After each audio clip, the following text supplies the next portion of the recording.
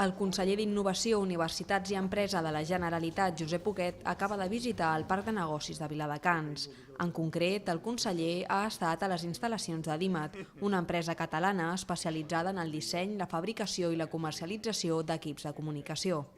Estem aquí per inaugurar oficialment l'edifici de DIMAT a Viladecans, una empresa que jo vaig visitar ja fa un parell d'anys, estava situada en un edifici antic de Barcelona. Tenim davant, un trasllat i millora de la instal·lació, que en aquests moments de crisi és positiu. 2, l'evolució d'una economia més productiva que una economia del valor afegit. Això n'és una mostra.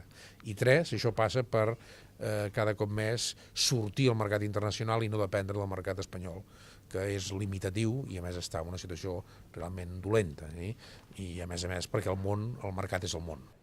En aquesta visita d'inauguració també ha participat l'alcalde de Viladecans, Carles Ruiz, que ha volgut destacar la importància de la instal·lació a la ciutat d'empreses amb valor afegit.